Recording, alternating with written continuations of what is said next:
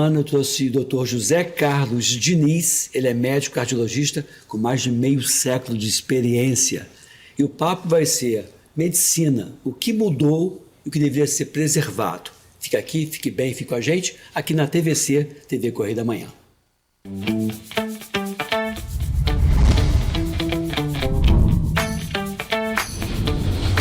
TVC, a TV do Correio da Manhã. Direto dos estúdios da TV Correio da Manhã em Petrópolis, começa agora o Correio Petropolitano Debate desta quinta-feira. Hoje vamos dar destaque à saúde de crianças e de adolescentes. Vereadores pedem intervenção municipal nas empresas Petro, Ita e Cascatinha em Petrópolis. O anúncio foi feito na última quarta-feira. A missa de despedida de Dom Gregório Paixão será agora, no próximo sábado, dia 2 de dezembro, na Catedral de Petrópolis, e pretende reunir muitos fiéis para a despedida. A Câmara aprovou em primeira discussão o novo texto do Código de Obras. E a pesquisa da CNT mostra que 67% das rodovias brasileiras apresentam problemas. Em Nova Friburgo, a Secretaria de Meio Ambiente embarga um desmatamento irregular na localidade do Stuck. O diálogo com o objetivo de acompanhar a saúde dos jovens e dos adolescentes brasileiros. Eu sou o Richard Stolzenburg e o Correio Petropolitano Debate está começando.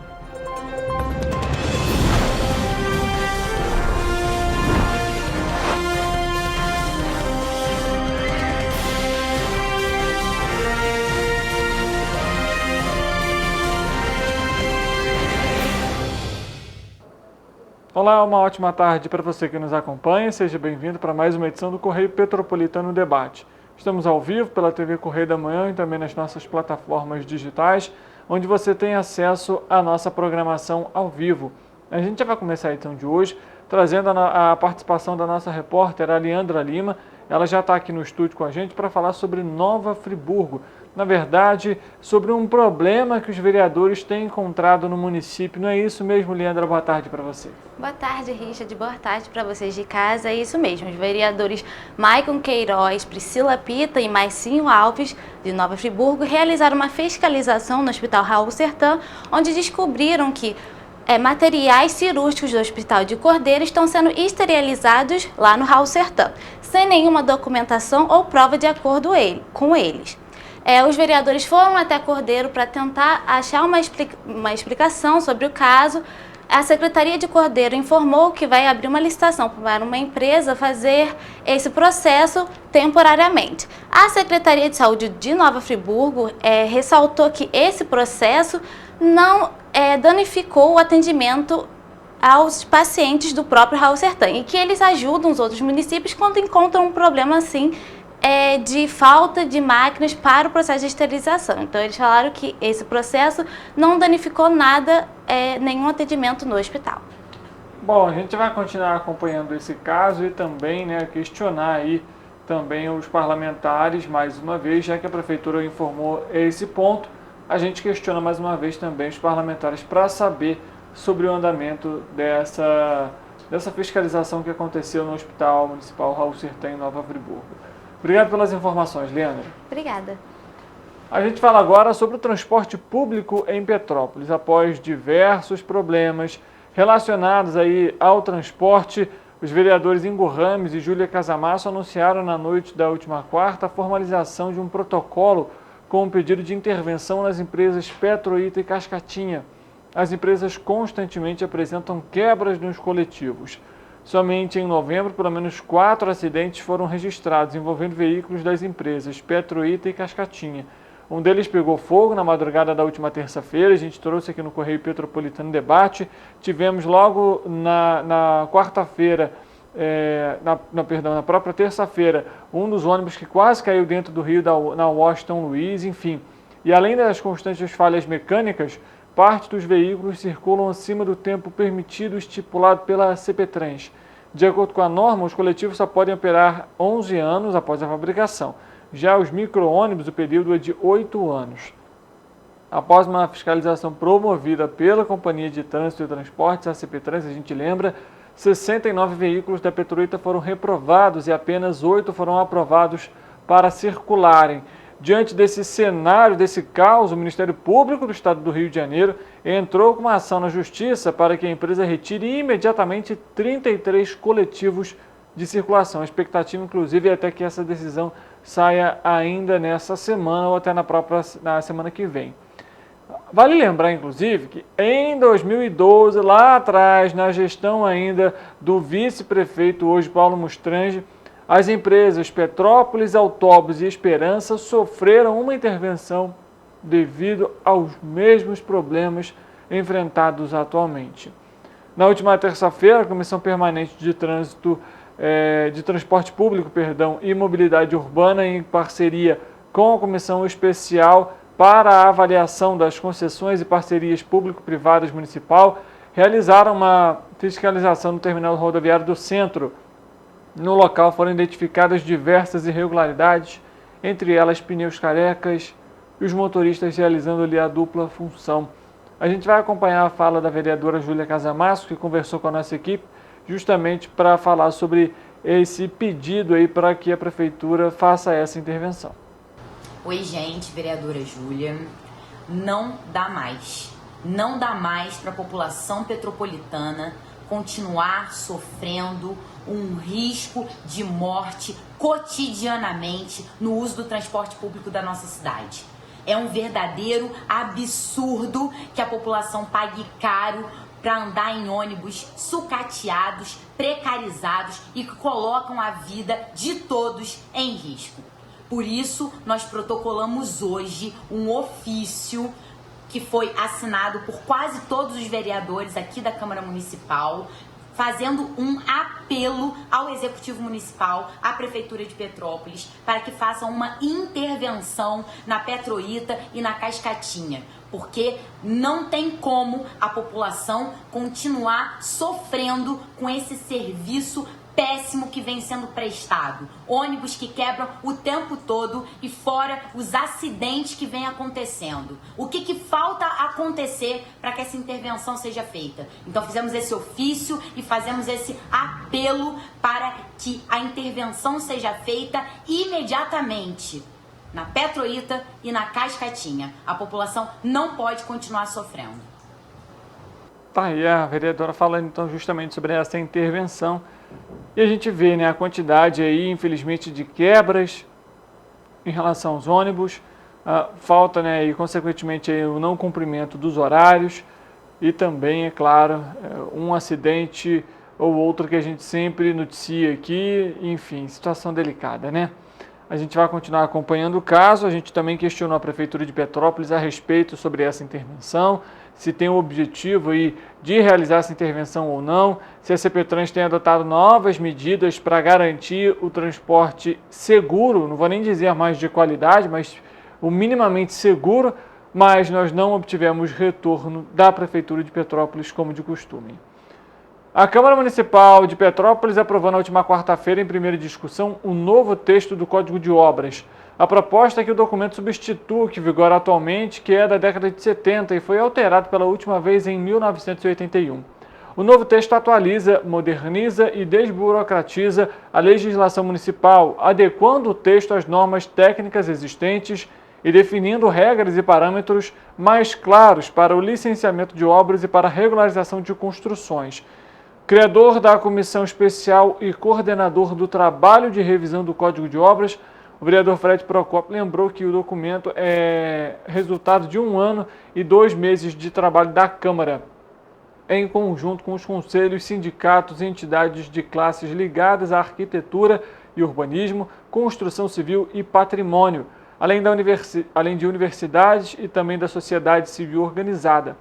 O texto ainda será votado na Câmara em segunda discussão em 10 dias e, uma vez aprovado, vai ser então encaminhado para o Poder Executivo.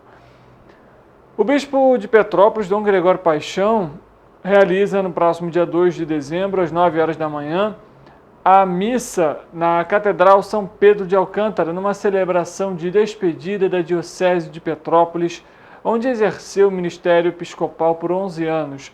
No dia 15 de dezembro, Dom Gregório toma posse como 7º arcebispo da Arquidiocese de Fortaleza, às 7 horas da noite, com missa na Catedral Metropolitana de Fortaleza.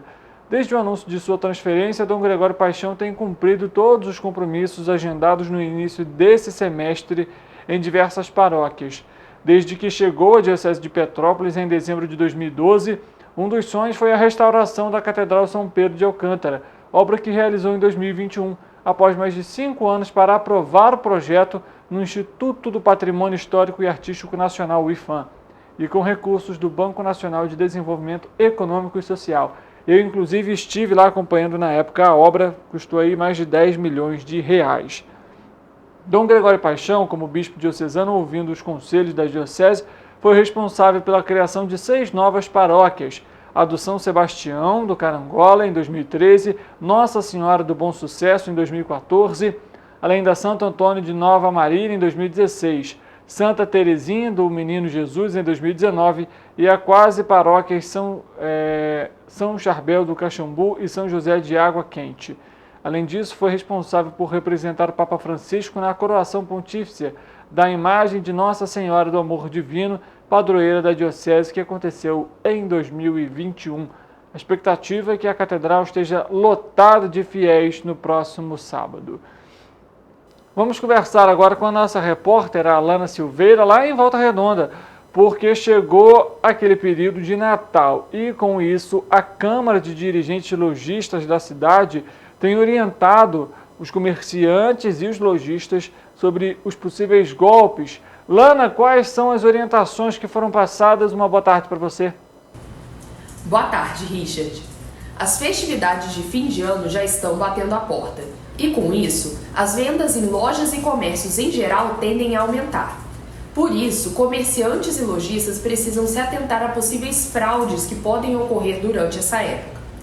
Segundo a CDL, o Sicomércio de Volta Redonda, foi orientado as empresas a ficarem mais atentas aos golpes. A dica é conferir os comprovantes de pagamento quando for Pix e também verificar se há notas falsas. O presidente do Sicomércio, Levi Moreira, reforçou ainda a importância de aumentar as seguranças nas lojas, além de investir em sistema de monitoramento interno e treinar a equipe para saber como agir no caso de uma atitude suspeita. O Major Silvério, coordenador do programa Segurança Presente, disse que é comum nessa época também ocorrer casos de cheque sem fundo e cheque falso. É importante que o comerciante peça a identificação de quem está passando o cheque, bem como consulte. O outro golpe comum é da nota falsa. É importante que os comerciantes tenham instrumentos que possam verificar a autenticidade daquela nota. Por fim, um dos golpes recentes que vem ocorrendo é o do Pix agendado, onde o criminoso faz a compra à vista e realiza um agendamento no Pix e posteriormente o cancela. É com você, Richard. Obrigado, Lana. Tá aí, né? A gente tem que ficar atento a algumas questões, tanto quem vai comprar, tanto quem vai vender. A Lana acabou de passar essas orientações para os comerciantes e lojistas e se aplica a qualquer comerciante, seja em Volta Redonda, seja em Petrópolis. E, é claro, consumidores também fiquem atentos durante esse período, justamente por conta, às vezes, de ofertas muito alarmantes, né?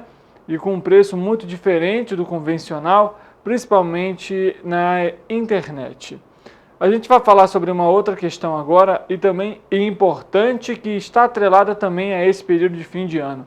Uma pesquisa da Confederação Nacional dos Transportes, a CNT, indica que 67,5% das rodovias brasileiras têm a sua extensão qualificada como regular, ruim ou péssima, enquanto 32,5% foi classificada como ótima ou boa. Os percentuais demonstram uma relativa estabilidade no estado geral da malha rodoviária brasileira em comparação com os resultados do ano passado, que apresentavam, respectivamente, 66% e 34% para os mesmos níveis de classificação, foi o que informou a entidade. Os números fazem parte da 26ª edição da pesquisa CNT de rodovias, que foi divulgada na última quarta-feira, dia 29, em parceria com o Serviço Social do Transporte e Serviço Nacional de Aprendizagem do Transporte. O levantamento deste ano avaliou 111.502 quilômetros de rodovias pavimentadas, o que corresponde a 67.659 quilômetros da malha federal e a 43.843 quilômetros dos principais trechos estaduais. A classificação do estado geral compreende 3 características da malha rodoviária: pavimento, a sinalização e a geometria da via, levando em consideração contas variáveis como condições do pavimento, das placas, do acostamento, de curvas e também de pontes. Em 2023, veja só, 56,8% do pavimento, 63,4% da sinalização e 66% da geometria dessas vias foram avaliadas como regular, ruim e péssima, percentuais que também ficaram próximas aos registrados no ano passado, respectivamente, são 55,5%, 60,7% e 63,9%. E quando a gente vê esse cenário, a gente tem a preocupação, claro, com o período agora de festas, de férias, que muitas pessoas pegam a estrada, né, com seus veículos, fazem viagens e todo cuidado é pouco nas rodovias. A gente, inclusive, no Correio Petropolitano, às 6h30 da noite, trouxe um levantamento sobre a quantidade de acidentes registrados na BR-040 somente no trecho de Petrópolis, e é um nível altíssimo. Somente neste ano, até setembro, 480 pessoas já se envolveram em algum tipo de acidente na BR-040. E veja só, estou dizendo apenas no trecho que pega a cidade de Petrópolis. Imagina se formos avaliar toda a extensão da BR-040. Então, todo cuidado é pouco nessas vias. No ano passado, foram 575 pessoas que se envolveram em acidente e 11 mortes foram registradas na BR-040, no trecho aqui de Petrópolis. A Receita Federal paga nesta quinta-feira mais um lote residual do Imposto de Renda à Pessoa Física. O pagamento será feito na conta informada na declaração do Imposto de Renda. Ao todo, são mais de 350 mil contribuintes que declararam em anos anteriores e que foram contemplados. A Receita Federal paga nesta quinta-feira também mais um lote, então, desse imposto de renda e que vai ser feito, como a gente comentou, na conta declarada, na declaração. Além disso, a gente lembra, caso você aí, por exemplo, tenha feito essa declaração e não recebeu o valor, ou então a Receita teve algum problema para fazer esse depósito vai ficar disponível no Banco do Brasil em até 1 ano. Então não deixe aí de ficar atento ao cronograma, acompanhar a situação, pode ser pelo aplicativo da Receita Federal, pode ser no site da Receita Federal e você vai ter ali todas essas informações.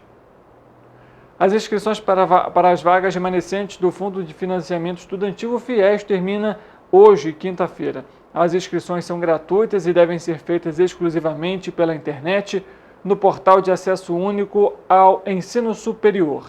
Cerca de 60 mil vagas são ofertadas.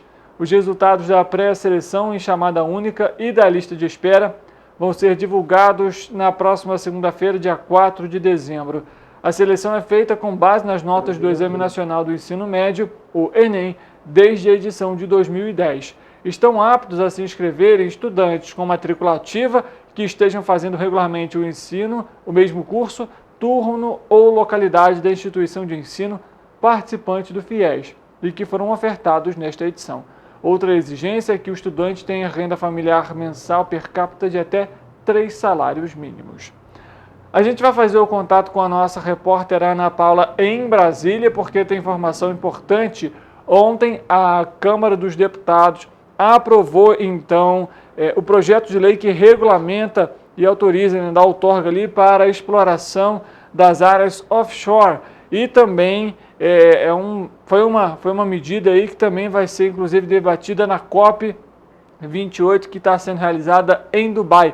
Ela vai conversar com a gente ao vivo aqui no nosso telão, já vai aparecer aqui com a gente. Ana, boa tarde para você, seja muito bem-vinda. Já dei uma leve pincelada, digamos, aqui para falar sobre esse assunto e agora eu deixo com você, seja bem-vinda. Boa tarde, Richard. Boa tarde a quem nos assiste. Bom, é isso mesmo.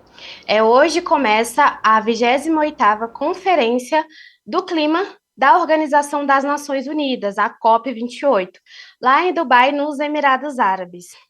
O evento deve durar cerca de 2 semanas e reúne os principais líderes mundiais. para planejar e discutir ações globais contra as mudanças climáticas.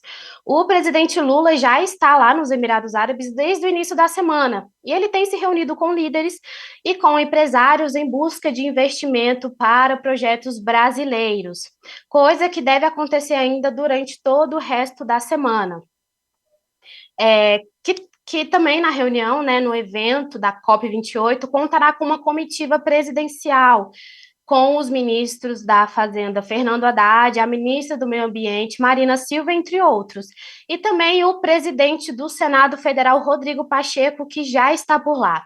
Resta ainda chegar, que deve embarcar hoje, é o presidente da Câmara dos Deputados, Arthur Lira, que estava no Brasil exatamente para aprovar as pautas de interesse ambiental, como aconteceu ontem na Câmara dos Deputados, onde eles aprovaram o marco regulatório para as eólicas offshores, que são, então, um arcabouço regulatório para a produção de energia de fonte renovável, usando as eólicas em alto mar. O que acontece que isso iria utilizar dos grandes, fortes ventos do mar para produzir energia sustentável.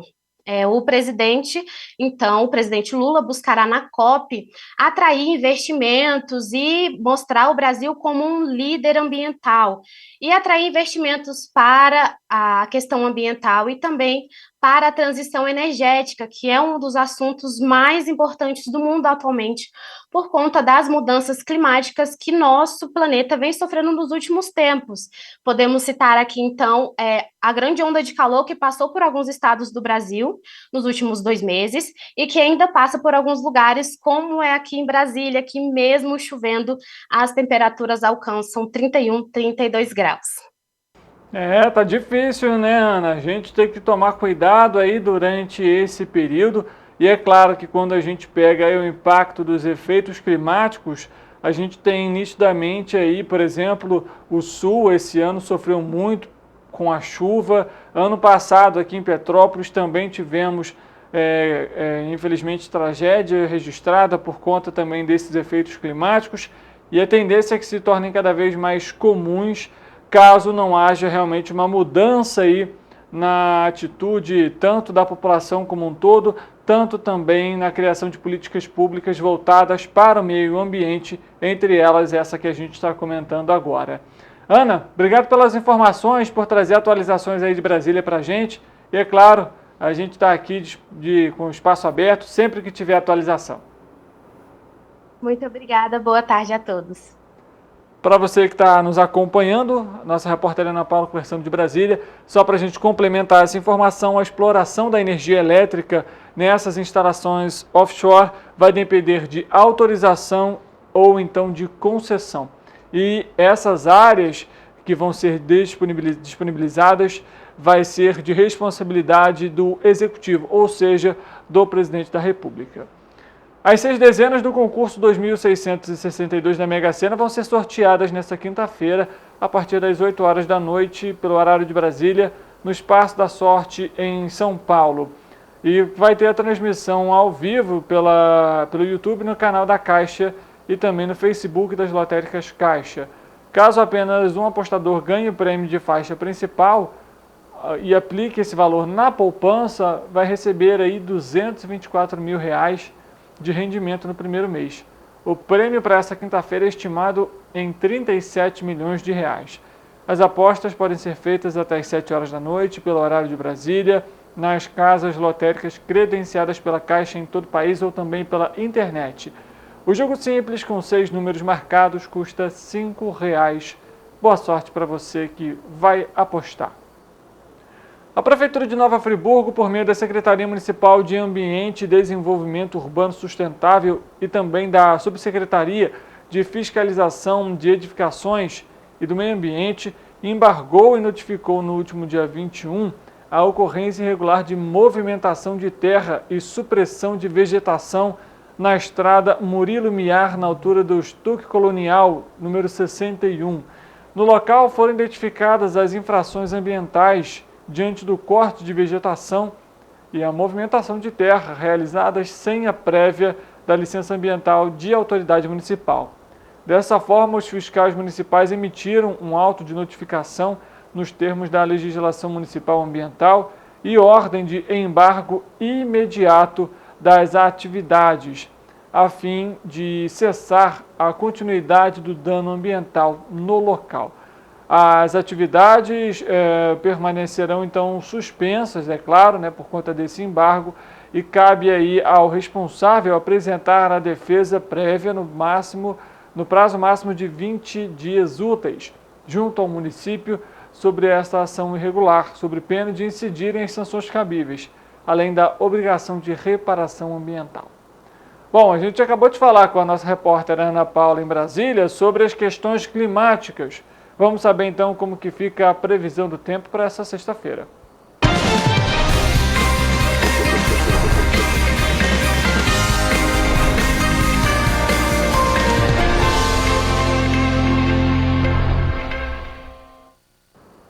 O nosso repórter Érico Portela já está a postos para trazer para a gente essa atualização sobre a previsão do tempo. Aqui em Petrópolis já teve uma pancada de chuva agora à tarde, assustou os moradores, mas o sol já voltou, né, Érico? Boa tarde para você. Como que fica então a previsão do tempo para essa sexta-feira?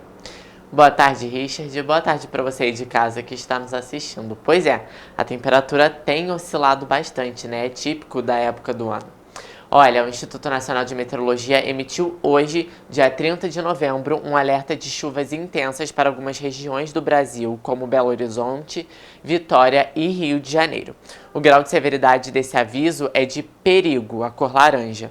Por isso, é importante, em casos de rajadas de vento, não se abrigar debaixo de árvores, pois há risco de queda e descargas elétricas. Também é bom evitar usar aparelhos eletrônicos conectados à tomada.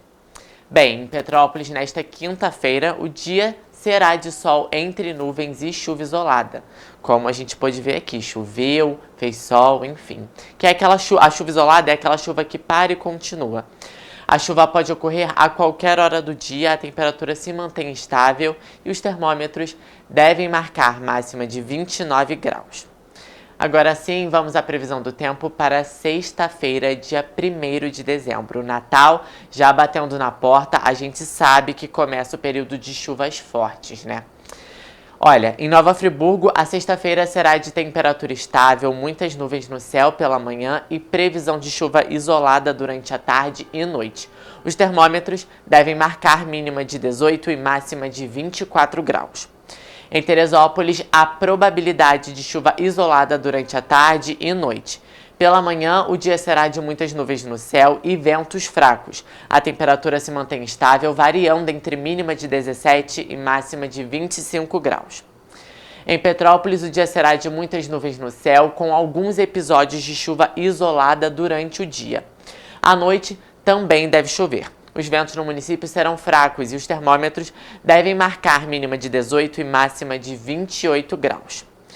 Em Paraíba do Sul, a sexta-feira será de sol com muitas nuvens no céu, temperatura estável e chuva isolada que deve ocorrer principalmente entre o período da tarde e noite. Com ventos fracos, os termômetros da cidade vão marcar mínima de 22 e máxima de 30 graus. Em Pati do Alferes, vocês podem ver que o dia também será de muitas nuvens no céu e probabilidade de chuva isolada. A temperatura no município se mantém estável, os ventos serão fracos. Os termômetros devem marcar mínima de 20 e máxima de 30 graus. Agora, para finalizar, em Três Rios, a possibilidade de chuva isolada durante todo o dia. A temperatura mínima se mantém estável e a máxima passa por ligeira elevação. Os termômetros vão variar entre mínima de 22 e máxima de 31 graus. Richard, o sextou é de chuva, não teve jeito, mas pelo menos a temperatura não caiu tanto, né? Ela continua estável. Com certeza, Eric. E agora é essa característica, né? Apesar da chuva, a temperatura fica ali agradável, 20 e poucos, 30 graus, dependendo do dia. O jeito é ter que levar aí o famoso e companheiro guarda-chuva para poder aproveitar o fim de semana. Obrigado pelas informações, Érico. Bom trabalho para você. Eu que agradeço, Richard. Antes da gente terminar esse primeiro bloco, na manhã desta quinta-feira, a Polícia Federal deflagrou a Operação The Inspector para reprimir crime de corrupção e abuso de autoridade na Agência Nacional de Transportes Terrestres, a ANTT, no estado do Rio. Policiais da delegacia da Polícia Federal em Volta Redonda cumpriram 5 mandados de busca e apreensão, sendo deles 3 no município de Volta Redonda e 2 no Rio de Janeiro, em Campo Grande, mais especificamente na zona oeste. Os mandados foram expedidos pela Justiça Federal de Volta Redonda com base em investigações relacionadas à corrupção para a liberação de veículos de transporte em posto fiscal da NTT em Barra do Piraí, além de outros locais. A gente vai acompanhar a fala do delegado Pedro Paulo Simão da Rocha, que é o responsável por essa operação. A Delegacia da Polícia Federal em Volta Redonda deflagrou na manhã de hoje, dia 30/11, a Operação Despecto, com o objetivo de cumprir 5 mandados de busca e apreensão, 3 na cidade de Volta Redonda e 2 na cidade do Rio de Janeiro, expedidos pela 2ª Vara Federal de Volta Redonda. As investigações começaram no ano de 2020, quando a própria Agência Nacional de Transportes Terrestres, a NTT, enviou documentação para esta delegacia informando acerca do recebimento de denúncias versando sobre a cobrança de vantagens indevidas por parte de fiscais da NTT que atuam no sul fluminense, sobretudo na região de Barra do Piraí. Posteriormente, no ano de 2021, recebemos em nossa delegacia um caminhoneiro denunciando que havia sido interpelado por uma pessoa também fazendo a cobrança de vantagens indevidas, e depois descobrimos que essa pessoa seria o intermediário de um dos fiscais da NTT. As investigações prosseguiram, culminando com a representação e com o deferimento pelos mandados de busca e apreensão cumpridos na manhã de hoje. Os alvos dessa operação responderão, dentre outros, pelos crimes de corrupção passiva e de concussão, cujas penas variam de 2 a 12 anos de reclusão. Vale lembrar que um dos alvos da operação de hoje já havia sido indiciado anos atrás aqui na Delegacia de Polícia Federal em Volta Redonda por crimes análogos. Certamente os materiais apreendidos na manhã de hoje serão analisados com o intuito de comprovar a materialidade dos crimes aqui investigados. Valendo lembrar também que esse crime pode importar na perda da função pública por parte dos fiscais da NTT, cuja autoria e materialidade for comprovada. Aí a situação, então, a gente acompanhando essa operação da Polícia Federal. O Correio Petropolitano Debate vai fazer um intervalo. Na volta, nós vamos trazer para você uma entrevista exclusiva que nós fizemos com o Cristiano Boccolini, coordenador do Observa Infância, da Fundação Oswaldo Cruz, que apontou um aumento aí na obesidade em crianças e adolescentes durante o período da pandemia.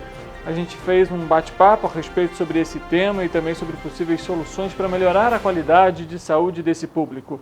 Tudo isso após o intervalo. O Correio Petropolitano Debate volta já.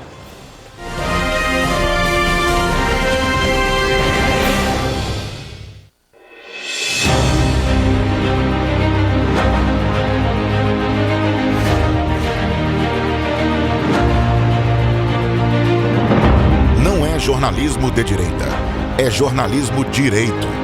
Correio Petropolitano. Tudo que seu jornal não deveria ter deixado de ser. Todos os dias, em uma banca perto de você.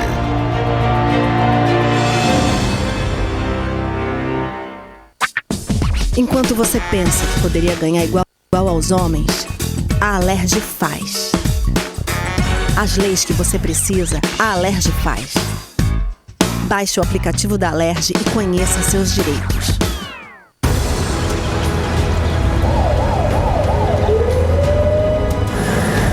O governo do estado do Rio já investiu mais de 8 bilhões na saúde. E se eu dissesse que esse é o maior investimento na saúde já feito em toda a história do Rio? Eu diria que melhorou, mas eu quero mais. Depois de 3 anos parados, os mamógrafos móveis estão de volta. Pra gente cuidar melhor das mães e dos bebês. O governo do estado também está investindo na saúde especializada. Porque se o problema é complicado, mais atenção ele precisa. Melhorou, mas para a saúde a gente sempre quer mais. O importante é que a saúde esteja mais perto das pessoas. Por isso, todas as regiões do Rio recebem a mesma atenção. Melhorou, mas eu ainda quero mais. O governo do Rio de Janeiro também quer. Então pode ter certeza, o trabalho e os investimentos vão continuar. Governo do Estado do Rio de Janeiro. Um bom jornal tem que ser direto, tem que ser direito. Não ser de esquerda ou de direita, mas direito. É ter coragem de informar a verdade e não impor a sua verdade. É respeitar a inteligência do leitor e vontade do eleitor. Correio da Manhã, um jornal que há 122 anos tem a coragem de ser direto e direito. Em uma banca perto de você. Enquanto você imagina que poderia rolar desconto na conta de luz, a Alerj faz. As leis que você precisa, a Alerj faz. Baixe o aplicativo da Alerj e conheça seus direitos. Para ter mais qualidade de vida, conte com a maior rede de academias de Petrópolis. Aqui na Corper, com uma mensalidade, você utiliza todas as unidades: Centro, Bingen, Itamaraty e Itaipava. Com planos a partir de R$ 89,00, e a academia oferece ambientes modernos para você cuidar da sua saúde com segurança. Os espaços contam com dezenas de aparelhos de musculação, diversos equipamentos para aeróbico e funcional. Além, é claro, de profissionais qualificados e uma extensa grade de aulas coletivas, que inclui dança, bike, jump, wolf fit, step fit, entre outras. Nossas estruturas são equipadas com salas de musculação e aulas coletivas, salas de avaliação física e nutricional, vestiários e estacionamentos amplos. Venha nos fazer uma visita e surpreenda-se! Rio de Janeiro, atração o ano inteiro. Tem descanso, tem folia, noite e dia, alegria, sol e praia, diversão. No prato ou copo, a festa, o bar, museu ou bloco. Show, cultura, história, gravado na memória e no seu coração. Rio de Janeiro, vem se apaixonar. Rio de Janeiro, vem se apaixonar. Cidades maravilhas, campo, mata, serra e trilha, em estado de emoção. Tem o Rio de Janeiro, que você já ama, e o Rio, que ainda vai conquistar você. Apaixone-se pelo Rio. Rio de Janeiro, vem se apaixonar. Rio de Janeiro, vem se apaixonar. Governo do Estado do Rio de Janeiro.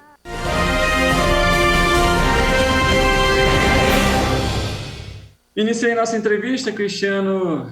Seja muito bem-vindo mais uma vez aqui com a gente para falar sobre os levantamentos, as pesquisas e análises que são feitas pelo Observa Infância. E vamos trazer mais um dado, então, aí, importante e, nesse caso, até preocupante, né? Foi feito, então, esse levantamento que mostra aí que a obesidade em crianças e jovens no Brasil cresceu nesse período da pandemia. Vamos falar, então, um pouquinho sobre justamente as causas desse aumento? Perfeito, obrigado pelo convite, é um prazer conversar com vocês. Pensando nas causas, né, do aumento da obesidade entre crianças e especialmente entre adolescentes, a principal delas é o excesso de consumo de produtos e alimentos ultraprocessados. O que são os ultraprocessados? São aqueles alimentos que são modificados pela indústria, onde são adicionadas gorduras, preservantes, edulcorantes, acidulantes, e aquele monte de antes, assim, um monte de substância química que a gente nunca ouviu falar, né? E nesse conjunto de ultraprocessados, os mais comuns são os macarrões instantâneos, sucos industrializados, refrigerantes, biscoitos e salgadinhos, hambúrgueres, nuggets e tantas outras coisas que a indústria oferece para a gente. E tem uma característica, né? Esses produtos são muito fáceis de serem usados e muito fáceis de serem consumidos. Em minutos você prepara uma refeição usando ultraprocessado. Mas tem um lado negativo disso, que é consumir um excesso de gordura, de sal, de açúcares, de calorias, junto com uma série de substâncias químicas que literalmente modificam a forma com que o nosso corpo metaboliza a energia, modifica os nossos hormônios. Então, assim, não só você está consumindo um excesso de caloria com esses produtos e alimentos, mas também está modificando o metabolismo do seu organismo, o que chama de disruptor endócrino, no termo científico. Então, essa é a principal causa. E isso é mais acentuado entre os adolescentes porque eles têm capacidade de escolha muito maior do que as crianças, né? Eles vão optar, eu quero um macarrão instantâneo, eu estou na escola, eu vou tomar um refrigerante, vou comer um pacote de biscoito salgadinho, enfim. Isso, vamos dizer assim, junto com um marketing, né, abusivo desses produtos, né, que estão presentes aí nas redes sociais, na mídia impressa, na mídia, que faz com que muitas vezes esses adolescentes sejam influenciados a escolherem esses produtos em vez de comer comida de verdade, né?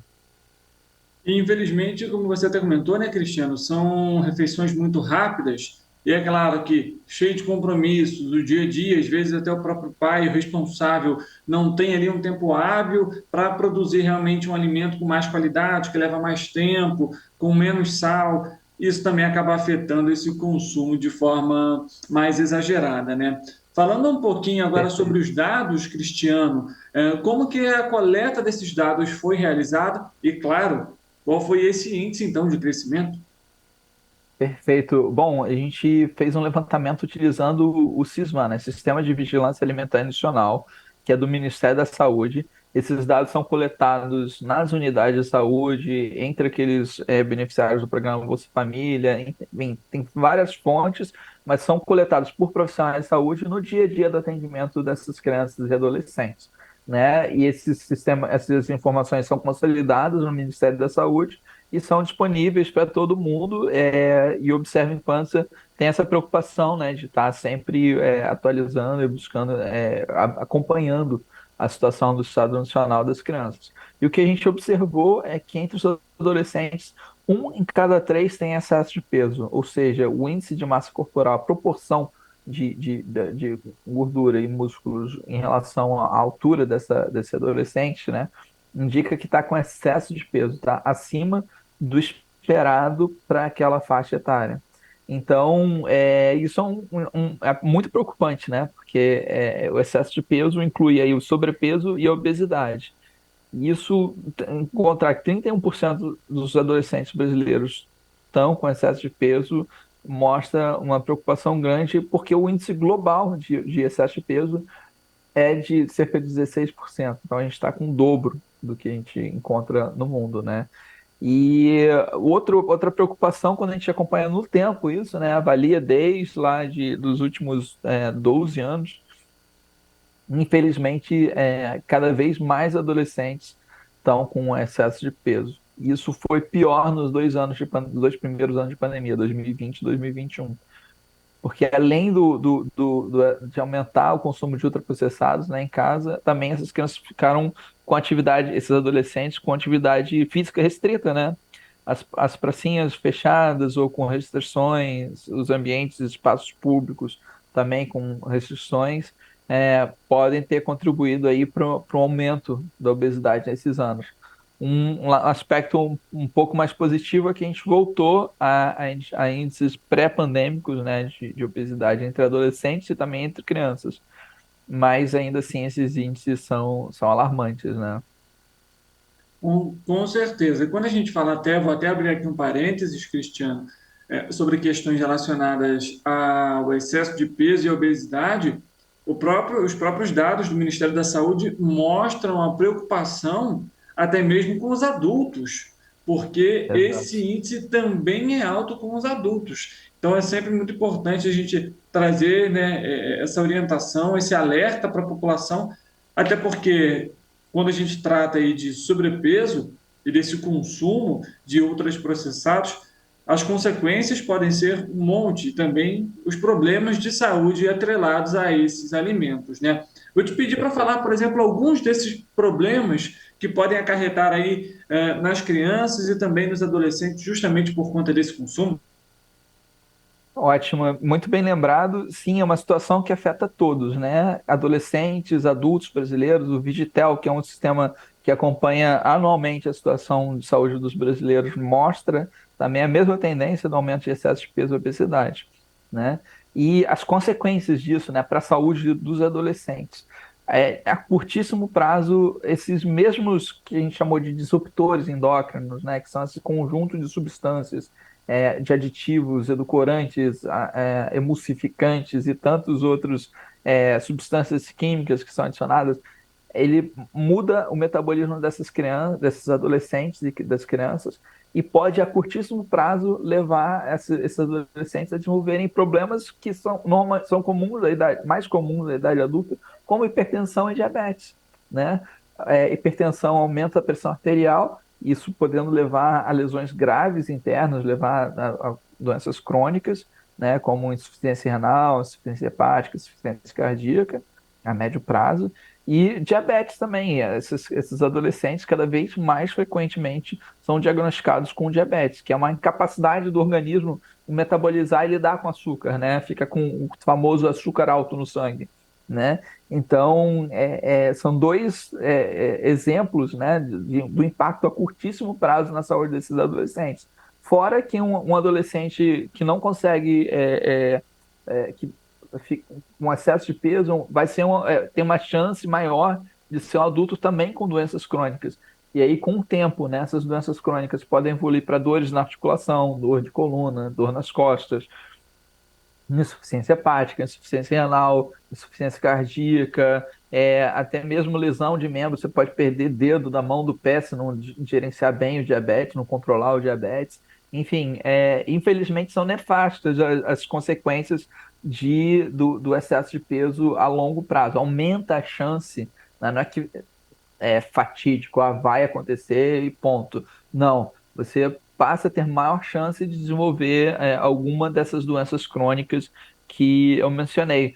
Isso sem contar ainda os efeitos que a gente ainda está avaliando, né, os estudos científicos, incluindo a relação entre consumo de ultraprocessado e transtorno de ansiedade. O que são transtornos de ansiedade? Depressão, transtorno de deficiência de atenção, hiperatividade e vários outros transtornos relacionados com a ansiedade. Veja só, um monte de produtos que são adicionados e os impactos que isso traz na saúde. Por isso que é tão importante assim, o que já começou na gestão anterior, né, do governo federal, um processo antigo já, de décadas já, de rotulagem frontal que a Anvisa, Agência Nacional de Vigilância Sanitária, trouxe, onde é obrigatório que a indústria de alimentos coloque na frente do rótulo desses produtos todos que são comercializados, se esse produto é alto em sódio, alto em gordura, adicionado de açúcares e alto em açúcar e excesso de caloria. Então, de cara, você não precisa mais ler o rótulo atrás para ver se aquilo corresponde a tantos por cento do consumo, e você ler e interpretar o rótulo, que era muito difícil. Agora fica mais fácil para toda a população saber que aquele pacote de salgadinho é alto em açúcar, alto em sódio, alto em caloria, adicionado de açúcar. Enfim, fica mais visível e mais palpável para a população entender os riscos que aquele produto, aquele alimento pode trazer para o consumo do adolescente, né? Isso é uma das coisas boas que estão acontecendo. Já vinha uma discussão já de mais de uma década que foi implementada pela Anvisa e que agora, em outubro desse ano, já foi plenamente implementada. Ou seja, todos os produtos já vêm com esses alertas. Com certeza, vale até lembrar para quem está nos acompanhando, essa regra, né, Cristiano, que você comentou, ela entrou em vigor no dia 9 de outubro de 2022, algumas mudanças, e existe agora alguns prazos também, né, até o dia 9 de outubro desse ano, né, 12 meses após essa data, essa vigência, existíamos ali essa regra para os alimentos em geral, até 9 de outubro do ano que vem, você tem ali para aqueles alimentos fabricados por agricultores, familiares ou empreendedores de família rural, e até 2025, aí 36 meses, né, 3 anos depois dessa data da vigência, a gente tem também aí para as bebidas não alcoólicas em embalagens retornáveis. Ou seja, um processo extenso, mas fundamental para a gente, de alguma forma, tentar mudar esse consumo muito alto desses alimentos ultraprocessados. Cristiano, queria que você falasse um pouquinho, essas análises, elas mostram aonde aqui no Brasil existe o maior índice de sobrepeso ou obesidade nesse público?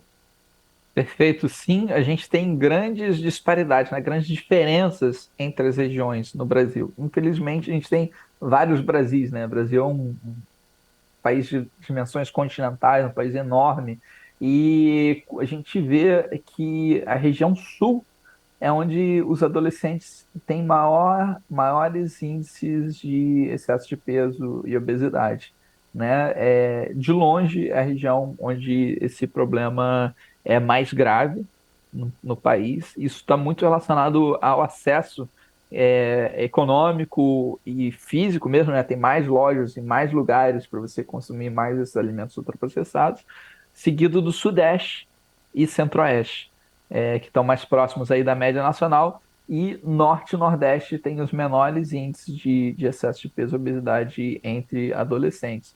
Esse padrão é um pouco diferente para as crianças com menos de 5 anos de idade, onde as crianças do Nordeste têm mais excesso de peso do que as crianças do restante das regiões brasileiras, né?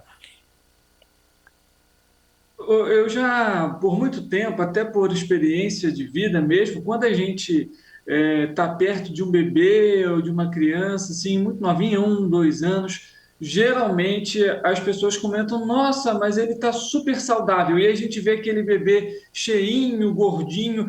Isso é sinal de sim, saúde, ou o pai e a mãe tem que se tomar um cuidado durante esse período também? Ótima observação. Assim, visualmente, né, a gente é um pouco difícil da gente saber até que ponto que aquela fofureza toda, né, aquela fofice toda das crianças de bochechão, daqueles bracinhos do pneu Michelin, né, aquelas gominhos de gordura, até que ponto aquilo é esperado ou não para a idade. Então, tem obviamente exceções, onde crianças com muito excesso de peso, obesidade, você visualmente já conseguem detectar isso. Mas o mais importante de tudo é que o profissional de saúde, né, o nutricionista, o médico que acompanha aquela criança, o pediatra, faça essa avaliação e diga para aqueles pais e para aqueles responsáveis: olha, essa criança está dentro do peso esperado, ou essa criança está com risco de sobrepeso, está com excesso ou com obesidade. E aí, a partir daí, sim, tomar decisões mas, como você disse, esse excesso de fofurice não é sinal de criança saudável ou não necessariamente, né? E isso em especial, principalmente para as crianças a partir de 2 anos de idade, onde você já espera que essa gordura corporal já esteja mais distribuída, mais próxima assim do padrão do adulto, né? Que você tem aquela barriguinha do bebê até 2 anos de idade, aquela barriguinha fofinha, mas que tende a diminuir ou desaparecer a partir dos 2, 3 anos de idade. Então, assim, a mensagem é: aquela criança fofinha não necessariamente é uma criança, pode ser uma criança saudável, e precisa, sim, levar ao profissional de saúde. Felizmente, no Brasil, ao contrário dos adolescentes, o excesso de peso e obesidade entre crianças com menos de 5 anos está diminuindo, né? Isso é muito fruto das políticas que a gente tem de promoção do aleitamento materno e da alimentação complementar saudável, né? E também a gente tem agora em 2019 o lançamento do Guia Alimentar da População para menos de 2 anos de idade, uma série de ações propostas para gerenciar, para promover a alimentação saudável dessa faixa etária, né? Perfeito. Cristiano, vou fazer uma outra pergunta. Queria saber como que você analisa o cenário. A gente acabou de comentar que os índices de sobrepeso e obesidade nas crianças têm diminuído ao longo dos anos. E dos jovens é aumentado, assim, não é que aumentou quando comparado esses últimos 10 anos. Esse levantamento mostra uma queda nos últimos 10 anos e um aumento específico no período da pandemia. Analisando todo esse contexto, podemos, de alguma forma, analisar ou subentender que, com o avançar da idade, esse sobrepeso ou essa obesidade também vai sendo transferido pelas categorias. Eu pergunto isso pelo simples fato: quando a gente analisa até os 18 anos, essa taxa tem caído.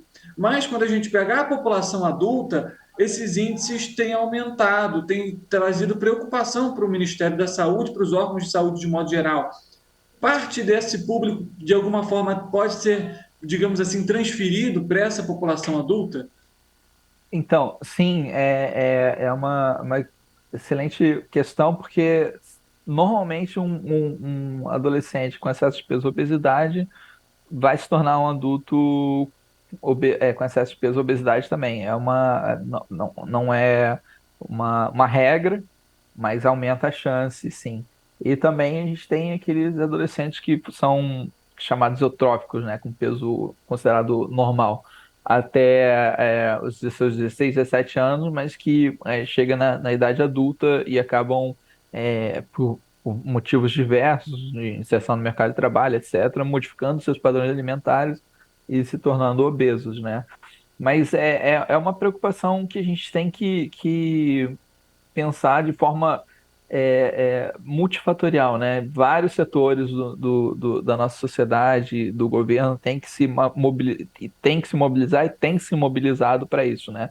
Desde garantir acesso a alimentos seguros, saudáveis e adequados para a população, com uma política de preços justos, favorecendo aí os pequenos e médios agricultores que produzem lá o nosso feijão com arroz e legumes e frutas, é, até sobre a taxação dos alimentos ultraprocessados, né, para dificultar, diminuir o acesso da população a esse tipo de produto, enquanto os outros ficam mais fáceis de serem adquiridos e mais acessíveis.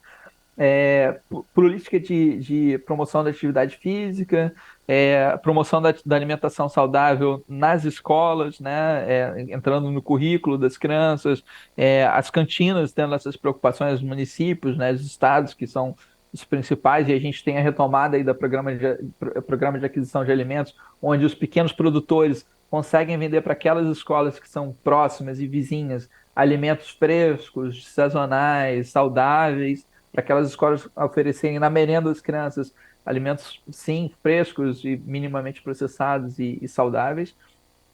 Então, assim, em resumo é isso, todos os setores da sociedade, desde do setor econômico, setor produtivo, setor de educação e setor saúde e vários outros setores aí de promoção de igualdade, gênero e raça, enfim.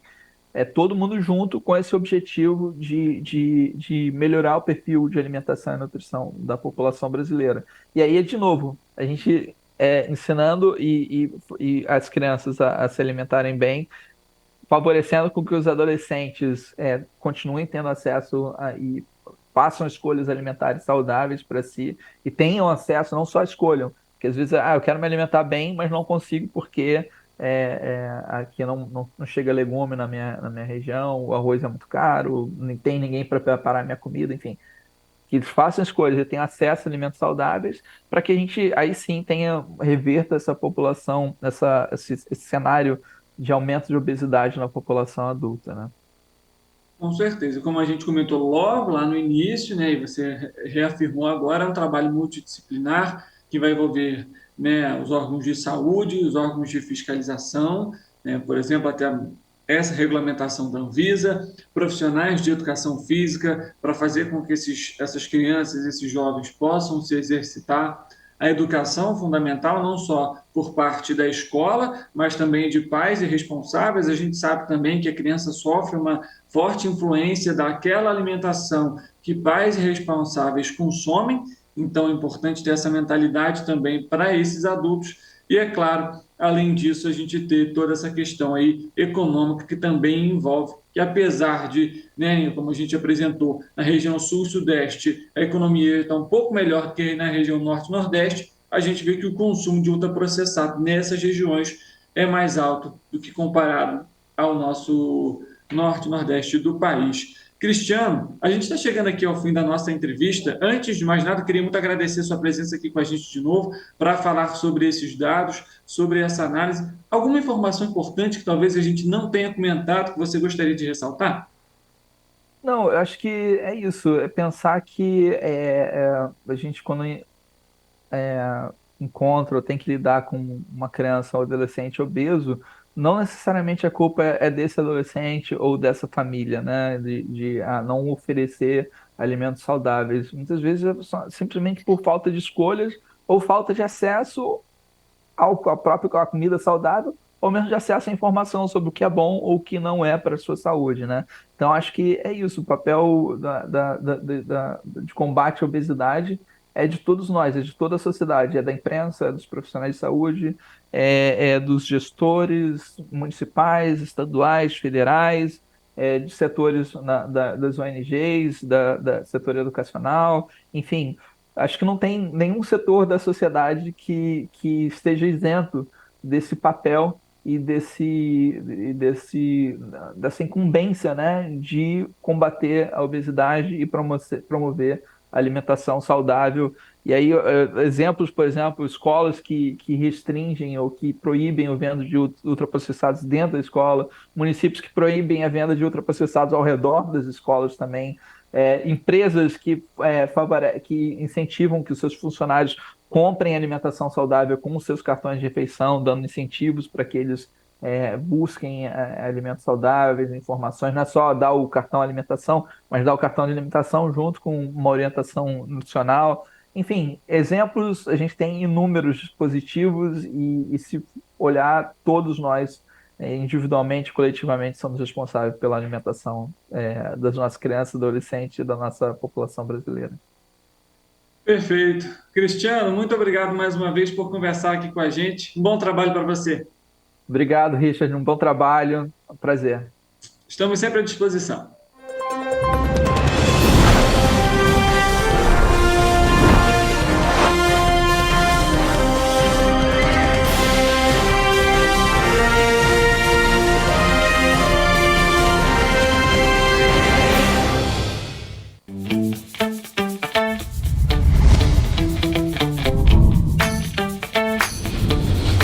TVC, a TV do Correio da Manhã.